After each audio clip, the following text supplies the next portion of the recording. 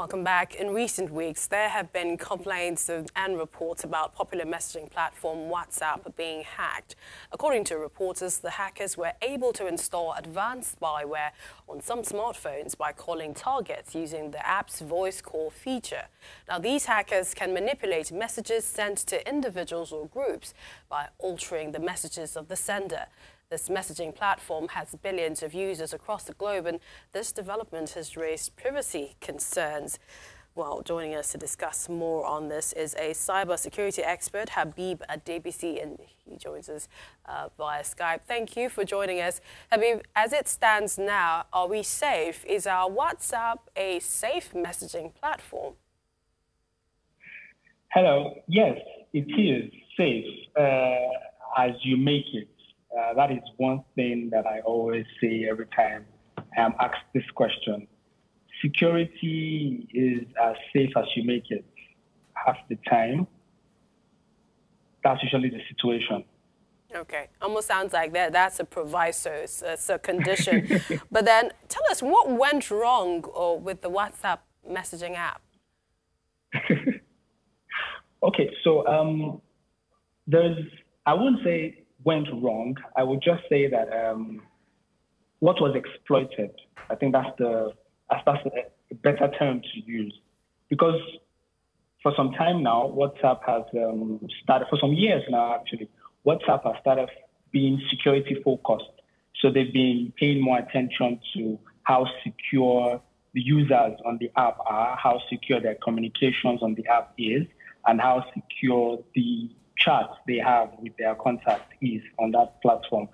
So they have been paying attention to security, and they've been making some really good steps.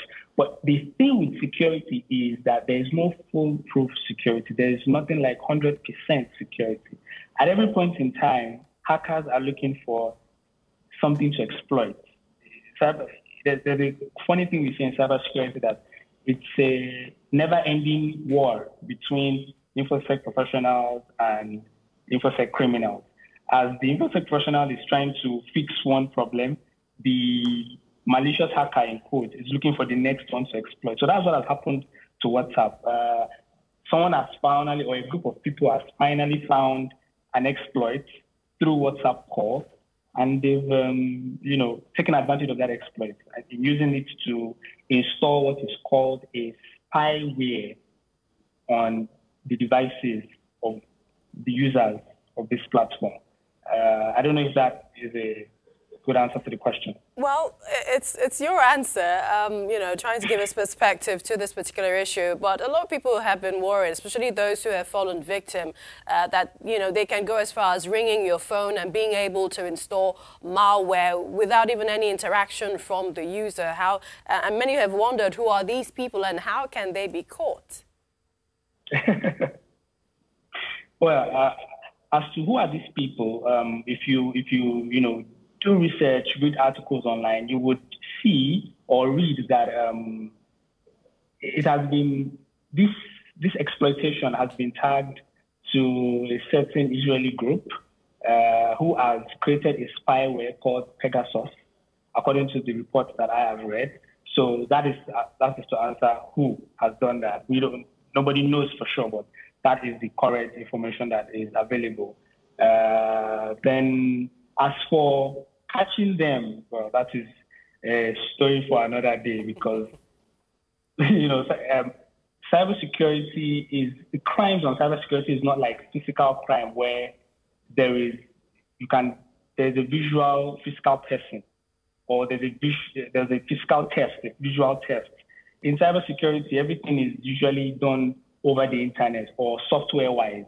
So it's harder to leave a trace, though it's not impossible, but it's harder to leave a trace, and that makes it even harder to catch someone. And most of the time, there's always more than one person. There's usually a network of people. So if you catch one person, assuming you actually catch one person, you can be rest assured that there's somebody else behind that one person. And when you catch that second person, there's a third. And it goes on and on like that. Web. Exactly, it's always a web. It's easier to cloak your trail and leave misleading crumbs for the law enforcement to follow. Okay, so most important question, what can we do to protect ourselves? Yes, thank you. So Update, update, update. Presently, for this current situation, your best solution is to do updates because the WhatsApp organization themselves are aware of this and they're taking proactive steps to plug the leak.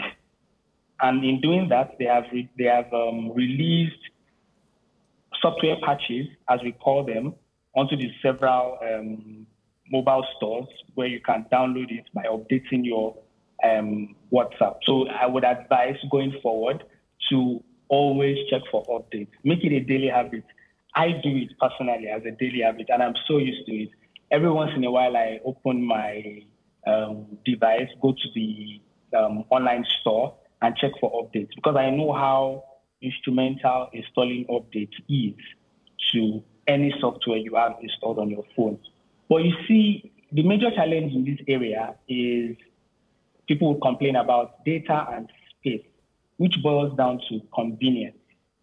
So here's the thing. When it comes to safety and security, convenience is usually not an option. I always say that security and convenience sometimes don't go hand in hand.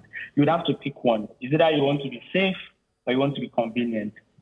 If you have to uninstall or delete certain items from your device to create space for updates, then by all means, please do, because you have to weigh the options and the consequences. Would you rather have limited space on your phone and have unsafe apps that can spy on you? Better to be safe than sorry. So that's the best solution at the moment. All right. Abiba Debisi. All right. Thank you so much for joining us at this time. Thank you for having me. I appreciate it.